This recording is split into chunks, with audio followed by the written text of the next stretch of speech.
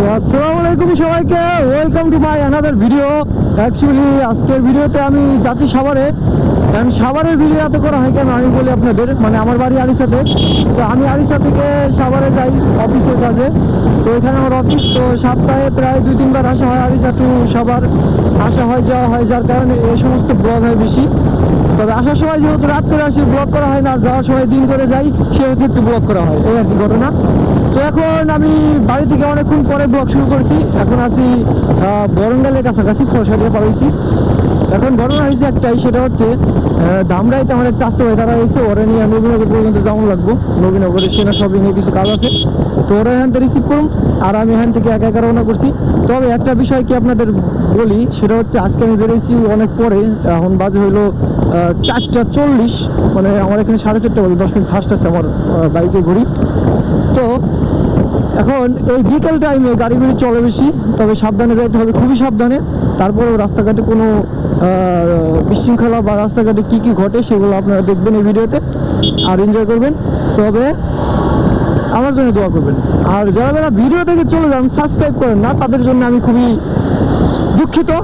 তাদের আমি খুব হেট করতেছি বর্তমানে, তারা আমার ফ্যান ফলোয়ার হতেছে না, তারা আসলে ভিডিও দেখে চলে যাচ্ছে, কোনো ফলো দিতেছে না কিংবা কোনো সাবস্ক্রাইব করতেছে না।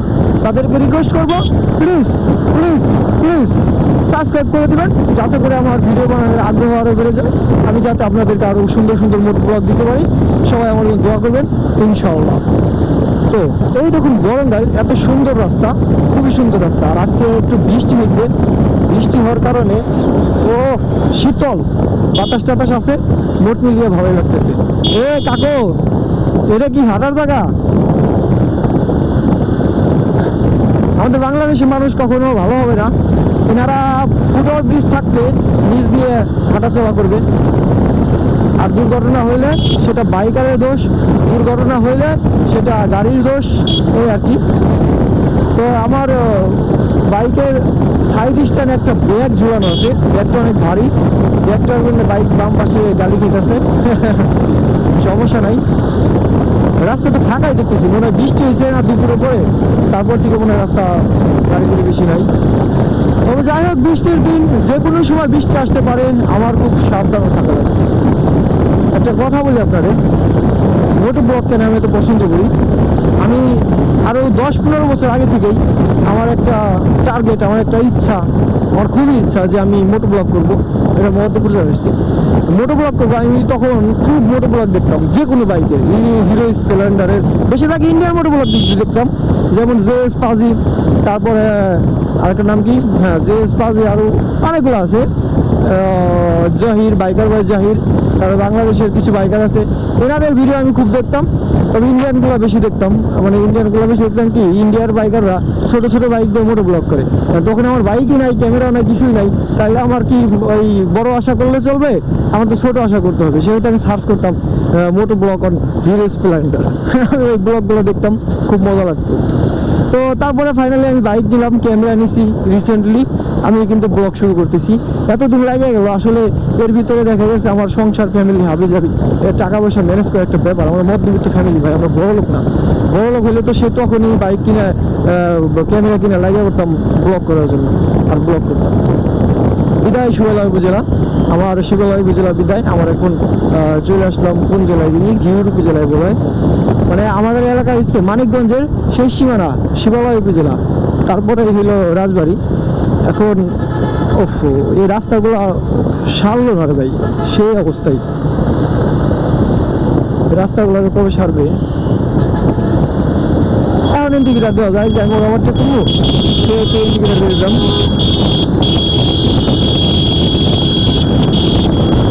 ওই একটা সাপটি আসতেছে ইন্ডিকেটার দিয়ে, বিদায় বিদায়, কোনো কারণ না কারণ, এই যে আমি ইন্ডিকেটার দিয়ে পার হইলাম না, পার হয়ে আমি ইন্ডিকেটার অফ করে দিলাম। কেন?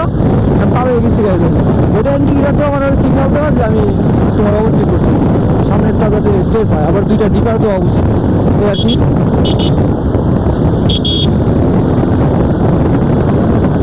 রাস্তাটা ভিজা হালকা, আর আমাদের আরিসাতে তো আছে ওই যে সেলফি যায়, গরম ভাব, মানুষ এটার খুব ভয় পায়। আর মানুষ এটা নিয়ে অনেক লেখালেখি করছে ফেসবুকে, তারপরে এটা ব্যান হয় না, এটা রাস্তায় চলতেছে। এটার যে মালিকগণ আছে বা এটার যে সমিতি আছে, চালক সমিতি, এরা মনে হয় খুব উচ্চ পর্যায়ের লোক, যার কারণে সেলফিগুলো ব্যান করে না। আসলে সেলফিগুলো আমি অনেক চলাফেরা করছি, সেলফিগুলোর দোষ গুণ আমি এখন আপনাদের বলি। সেলফিগুলোর দোষ ওর একটাই, সেটা হচ্ছে ও মানে ওদের গাড়িগুলো অনেক গাড়ির ক্ষেত্রে টিপ নেওয়ার জন্য দেখা গেছে একটাকে আর একটা ওভারটেক করে এলোমেলো চালায়, ওই একটা দোষ। দ্বিতীয় দোষ হতেছে ওদের মানে এই রোডে সেলফি মানুষ 1 নম্বর চলে, সেলফিতে মানুষ বেশি উঠে, মানে গাড়ি বেশি, নিমিশে গাড়ি দেওয়া যায়। তো ওদের স্টাফগুলো অনেক যাত্রী পায়, তো ওদের স্টাফগুলো অনেক খারাপ ব্যবহার করে। যাত্রী তো আমাদের আছেই, রবীন্দ্রনগর আর 40 কিলোমিটার, মানিকগঞ্জ 10 কিলোমিটার। তো এইভাবে ওদের স্টাফগুলো খুব বাজে ব্যবহার করে, আর বাজে ব্যবহারের কারণে ওদের খুব নাম খারাপ হইতেছে। ওরা এগুলো বুঝে না যে মানুষের যাত্রীর সাথে খারাপ ব্যবহার করা যাবে না। যাত্রী হইতেছে আমার কি রিজিক, যাত্রী না এলে আমি খাবো কি, যাত্রী ভাড়া না দিলে আমি খাবো কি, তাই না? যাত্রী হইতেছে রিজিক, যাত্রীর লগে যদি ভালো ব্যবহার করা যায় তাহলে তো আল্লাহ খুশি হবে। ওরা সেই যাত্রীর সাথে খারাপ ব্যবহার করে। আমার সাথে একদিন একটা খারাপ ব্যবহার করছে, মানে সেই আগের আমলে, তখন আমি 20 মাইল যাইতেছি, এখন 20 মাইল নামবো, আমি ভাড়া দিছি যে নবীনগর যাবো। আসলে তখন হয়েছে কি, তখন তার আমলে এই নবীনগরে আর 20 মাইলে ভাড়া একই ছিল। তা আমি বলছি যে নবীনগর যাবো, ঠিক আছে, নবীনগরে ভাড়া দিছি 100 টাকা, 100 টাকা ভাড়া ছিল। এখন 20 মাইলে নাম্বার লাগছি, আপনি নবীনগরে ভাড়া দিলেন। আমি বলি ভাই নবীনগরে ভাড়া 20 মাইলে ভাড়া একই তো। ভাই না, নবীনগরে ভাড়া 100 টাকা, 20 মাইলে ভাড়া 120 টাকা, আর সাভারের ভাড়া হইতেছে 130 টাকা। এখন আমি কই ভাই সাভারে ভাড়া 120 টাকা আর 20 মাইলের ভাড়া নবীনগর ভাড়া একই। কথায় দুই কথায় ওর সাথে তর্কাতর্কি হওয়ার পরে এখন আমি তো গেলাম, তুই এলোমেলো করিস না ভাই, আমি তোর পিটাবো, এই কথা বলছি। এই কথা বলার পরে এখন আমার আর কিছু করতেছে না, আর যাত্রীগুলো ওর সাথে চেতাচেতি করতেছে, আপনার ভাড়া দিয়েছি 100 টাকা, 100 টাকাই। তো চেতাচেতি করতেছে, তারপরে করছি কি, আমি নেমে গেছি 20 মাইলে। নেওয়ার পরে এখন আমার করতেছে আপনি গাড়ি তোলে পরে মরবেন, এই কথা হয়েছে। এই কথা কোয়া মাত্র আমার তো রাগ হয়ে গেছে ভাই, রাগ উঠে গেছে। ওখানে ট্রাফিক দাঁড়াইছিল, ওই ট্রাফিকের কথাটা শুনছে। তো আমি পিছনে ঘুরে ওর আটচানে ধরছি, আটচানে ধরে নামাইছি, আমি উড়া ধরা মায়ের ওরে, উড়া ধরা মায়ের। তো আমার লোক ওই ট্রাফিক ওরে মায়ের, ঠিক আছে, ট্রাফিক আর আমি দুজনে মিলে পিটাইলাম। পিটাইলে আবার কইলাম যে এই কথাটা যে কইছোস, যে যাত্রী হলে তো লক্ষ্মী, যাত্রী হলে তো রিজিক, তুই যাত্রীর এই কথাটা কইলি, তাইলে তুই কত বড় খারাপ, এই কথা তুই ভবিষ্যতে আর কোনো যাত্রীকে কইস না। এই কথা কই আমার সাথে তুই চেতাচেতি করে তারপরে বাদ দিলাম ওখানে হালকাও। তারপরে আমি চলে গেলাম 20 মাইল দিয়ে কাঠগড়া আমার গন্তব্যস্থলে। তো ওরা এতটা খারাপ ব্যবহার করে যার কারণে ওদের নাম খারাপ হয়। তো সেগুলো আপনাদের সাথে সেলফির একটা কাহিনী। কেমন লাগলো কাহিনীটা অবশ্যই লাইক কমেন্টস করে জানাবেন। তো বাইনা যদি এসে পড়ছি, এই দেখুন সেলফির কাম।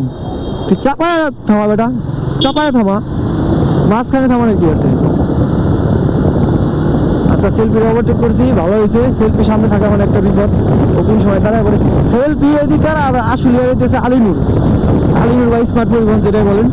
এই দুইটা গাড়ি ভাই জম্মের খারাপ, এদের স্টাফও যেমন খারাপ, এদের টানাটানিও খারাপ, আবার এদের গাড়ির অবস্থাও খারাপ। তবে সেলফি গাড়ির ভালো অবস্থা, সেলফির কন্ডিশনগুলো ভালো, অনেক এটা মানতে হবে। তা আমি চলে আসলাম বলে তোরা মুন্ডে গেট।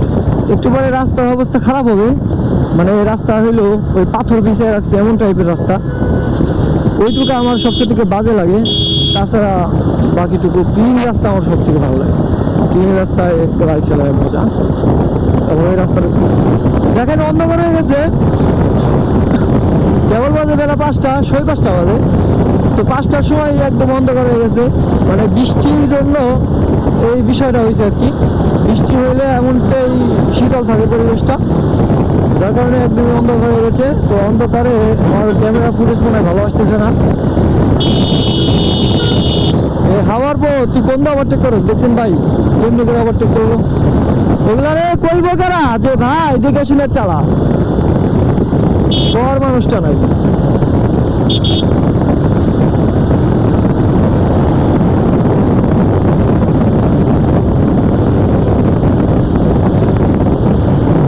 আমাদের মানিকগঞ্জ জেলা পার হয়ে গেলাম, এখন মানিকগঞ্জ জেলা শেষ। আমি চলে আসলাম, আমি হলো ঢাকা জেলার ভিতরে। এটাও কিন্তু ঢাকা জেলা, 12 জায়গাটাতে ওই মানিকগঞ্জ জেলার সীমানা শেষ হয়ে গেছে। সামনে বাতুলি, এনাদের জন্য খুবই সমস্যা।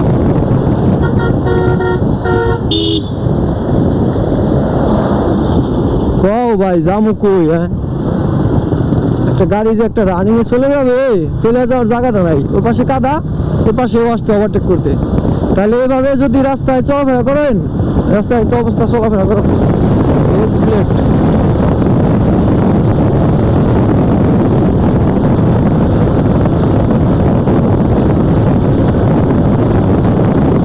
কেমন যাবি কই? সামনে তো গাড়ি।